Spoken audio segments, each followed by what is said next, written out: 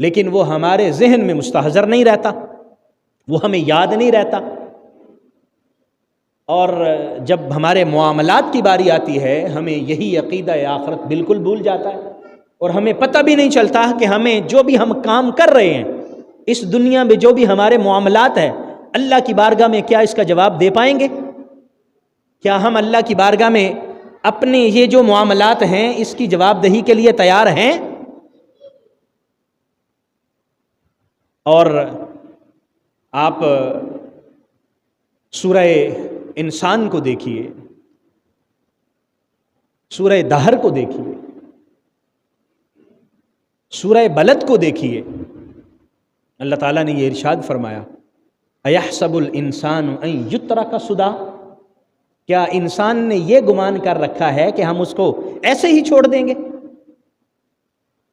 یعنی انسان یہ سمجھتا ہے کہ اس کی تخلیق ایسے ہی ہوئی ہے، اور جس طرح دنیا کے باقی امور چل رہے ہیں انسان بھی اسی طرح چلتا رہے۔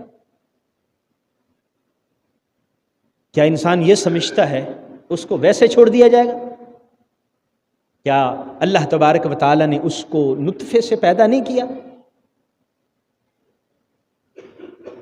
اور جس نطفے سے اللہ تعالیٰ نے پہلی مرتبہ پیدا کیا ہے، اللہ تبارک و تعالیٰ دوبارہ پیدا کرنے پر بھی قادر ہے۔ سورہ واقعہ کے اندر اللہ تعالیٰ نے کفار کا ذکر فرمایا، وہ کیا کہیں گے؟ وہ کہتے ہیں کہ کیا جب ہم اس دنیا سے رخصت ہو جائیں گے تو دوبارہ زندہ کیا جانا ممکن ہے؟ وہ کہتے ہیں کہ کیا جب ہماری ہڈیاں مسیدہ ہو جائیں گی تو ہمیں دوبارہ زندہ کیا جائے گا؟ وَكَانُوا يُصِرُّونَ عَلَى الْحِنْثِ الْعَظِيمِ، قرآن کہتا ہے وَكَانُوا يَقُولُونَ أَإِذَا مِتْنَا وَكُنَّا تُرَابًا، کیا جب ہم مٹی میں مل جائیں گے، ہماری ہڈیاں بھی ختم ہو جائیں گی، کیا دوبارہ زندہ کیا جائے گا؟ اللہ تعالیٰ نے فرمایا ہاں، آباؤنا الاولون، کہتے ہیں کہ ہمارے آباء و اجداد بھی زندہ کیے جائیں گے۔ قل ان الاولین والآخرین لمجموعون الی میقات یوم معلوم، محبوب نے فرما دیجئے وہ تمہارے پہلے جو گزر گئے ہزاروں سال سے، جو آئے انسان اس دنیا سے چلے گئے، اور جو بعد میں آئیں گے اور قیامت تک کے لیے آئیں گے، قل ان الاولین والآخرین لمجموعون الی میقات یوم معلوم، یہ جمع کیے جائیں گے اس دن جس دن کا وعدہ کیا ہے اللہ نے۔ اور اللہ کریم نے جو وعدہ فرمایا ہے اس وعدے کی خلاف ورزی اللہ نہیں فرماتا۔ اب انسان کے ذہن میں یہ سوال پیدا ہوا کہ یہ کیسے ممکن ہے کہ انسان کی جب ہڈیاں بھی گسیدہ ہو جائیں تو پھر ہم دوبارہ زندہ کیے جائیں؟ اللہ تعالیٰ نے ایک تو یہ سمجھا دیا کہ جو مالک ہے، جس نے تمہیں نطفے سے پیدا کیا ہے، وہ تمہیں دوبارہ بھی پیدا کر سکتا ہے، اس کے لیے کوئی مشکل نہیں ہے۔ پھر کائنات کی مثالیں بھی اللہ تعالیٰ نے دی۔ یعنی عرض کرنے کا مقصد یہ ہے کہ اس عقیدے کی اہمیت ہمیں سمجھنی چاہیے، اور اس کو ہمیں اتنا زیادہ ذہن میں مستحضر رکھنا چاہیے کہ اللہ تعالیٰ نے اس کو کتنے اہمیت کے ساتھ بیان فرمایا، اور اس میں کوئی بھی خفا نہیں رکھا، کوئی پوشیدگی نہیں رکھی، اس کو بار بار ذکر کیا گیا۔ اللہ تعالیٰ نے مثال بیان فرمائی قرآن مجید کے اندر، تخلیق انسانی کی مثال، تخلیق کائنات کی مثال۔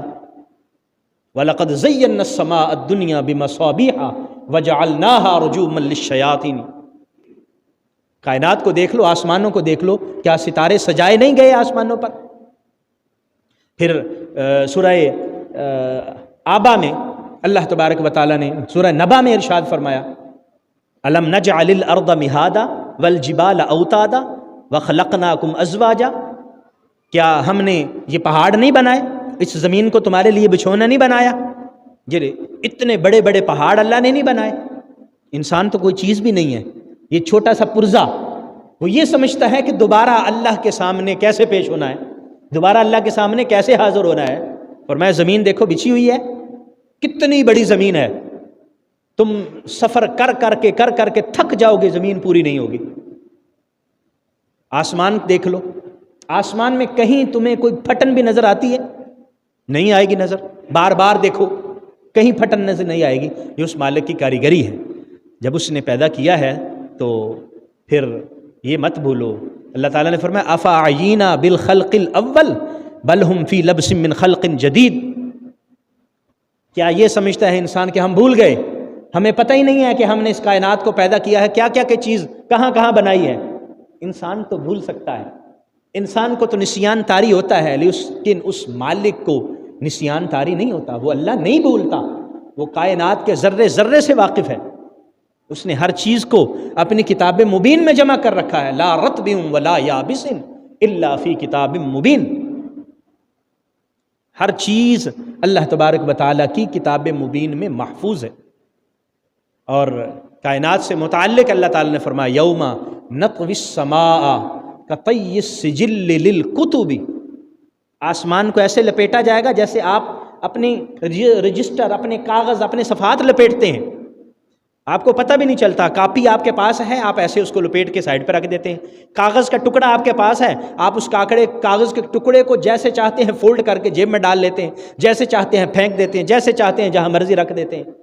فرمایا کہ یہ کائنات ایسے ہے جیسے تمہارے سامنے کاغذ کا چھوٹا سا ٹکڑا۔ کما بدأنا اول خلق نعید، جس طرح ہم نے پہلے پیدا کیا ہے ہم دوبارہ بھی پیدا کر سکتے ہیں۔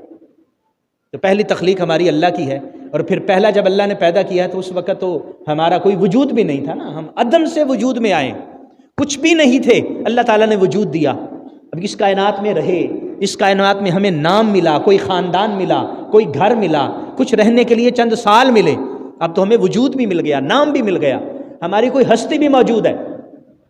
جب ہم کچھ نہیں تھے تو ہم ہو گئے ہیں، اب جب ہیں تو کیا دوبارہ ہونا ناممکن ہے؟ ناممکن قطعاً نہیں ہے۔ فرمایا یہ اللہ کے لیے بہت آسان ہے۔ اولیس الذی خلق السماوات والارض بقادر علی ان یخلق مثلہم بلا وہو الخلاق العلیم انما امرہ اذا اراد شیئا ان یقول له کن فیکن۔ بس میں اللہ تعالیٰ کے لیے مشکل نہیں ہے، اللہ تعالیٰ کے لیے بالکل قطعاً مشکل نہیں ہے، بس اس کا امر کن ہوگا اور یہ کائنات پھر جس طرح اللہ چاہے گا ویسے ہو جائے گی۔ یہ ہمارے احوال آخرت میں دوبارہ زندہ کیے جانے کا وہ پہلا مرحلہ ہے جس کو اللہ تعالیٰ نے بیان فرمایا۔